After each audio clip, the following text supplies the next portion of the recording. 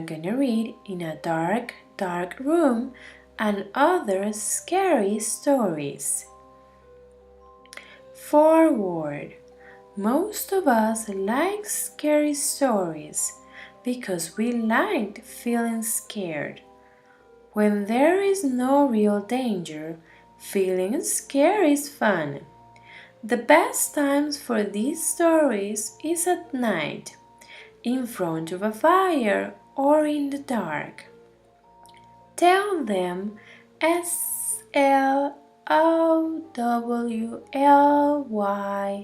and quietly, and everyone will have a good time. The teeth. I was hurrying home in the dark when I saw a man walking toward me. Do you know what time it is? I asked. The man lit a match to look at his watch. It is 8 o'clock, he said. Then he grinned at me. His teeth were 3 inches long. When I saw them, I ran. Soon I came to another man. Why are you running? The man asked. I just met a man with teeth this long, I said. It scared me. My teeth are longer than that, said the man, and he grinned at me. When I saw his teeth, I ran. Soon I came to another man. Why are you running? He asked me. I just saw a man with teeth this long, I said. That's nothing, said the man. Did you ever see teeth this long? I took one look, and I ran all the way home. In the graveyard. A woman in a graveyard sat. Oh, very short and very fat. Oh, she saw 3 corpses carried in. Oh, very tall and very thin. Oh. To the corpse the woman said, Will I be like you when I am dead? Oh. To the woman the corpse says, You will be like us when you are dead. Oh. The corpse the woman said,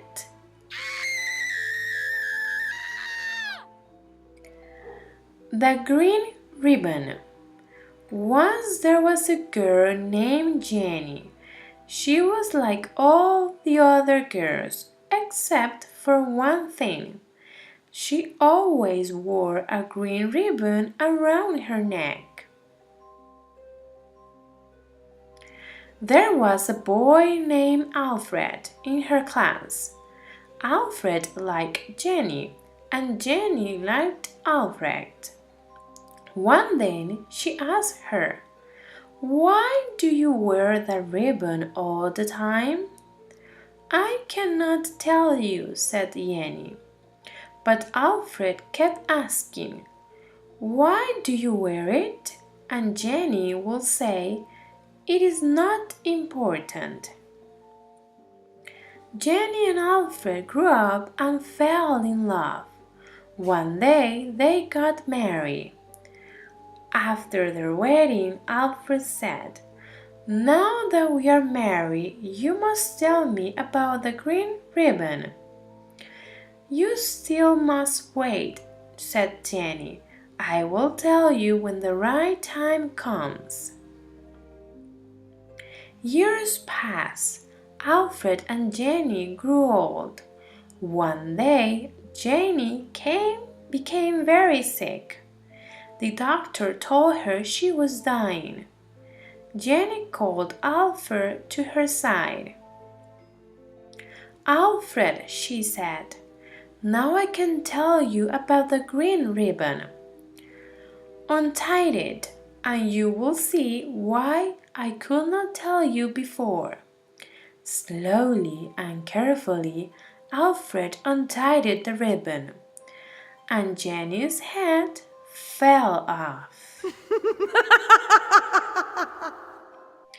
In a dark, dark room, in a dark, dark wood, there was a dark, dark house. In that dark, dark house, there was a dark, dark room. And in that dark, dark room, there was a dark, dark chest. And in that dark, dark chest, there was a dark, dark shelf. And on that dark, dark shelf, there was a dark, dark box. And in that dark, dark box, there was a ghost. The night it rained. It was late at night. I was driving past the cemetery when I saw a boy standing in the rain. "Do you want a ride home?" I asked. "Yes, please," he said. "I live on Front Street next to the school." I handed him my old sweater. "It's cold tonight," I said, "and you are wet. You had better put this on." After that, we did not talk. When we stopped at his house, I said, "Keep the sweater. I will get it tomorrow. What is your name?" "Jim," he said. "Thanks for the ride." I stopped for the sweater the next day. A woman came to the door. "Is Jim at home?" I asked. "I have come to pick up my sweater." She looked at me in a strange way. "It must have been another boy," she said. "Jim is our son, but he has been dead for almost a year. He's buried in the cemetery." I told her how sorry I was, and I laughed. I did not know what to think. The next morning, I went to the cemetery. I wanted to see Jim's grave. Lying across the grave was my sweater. The pirate. Ruth was spending her vacation with her cousin Susan.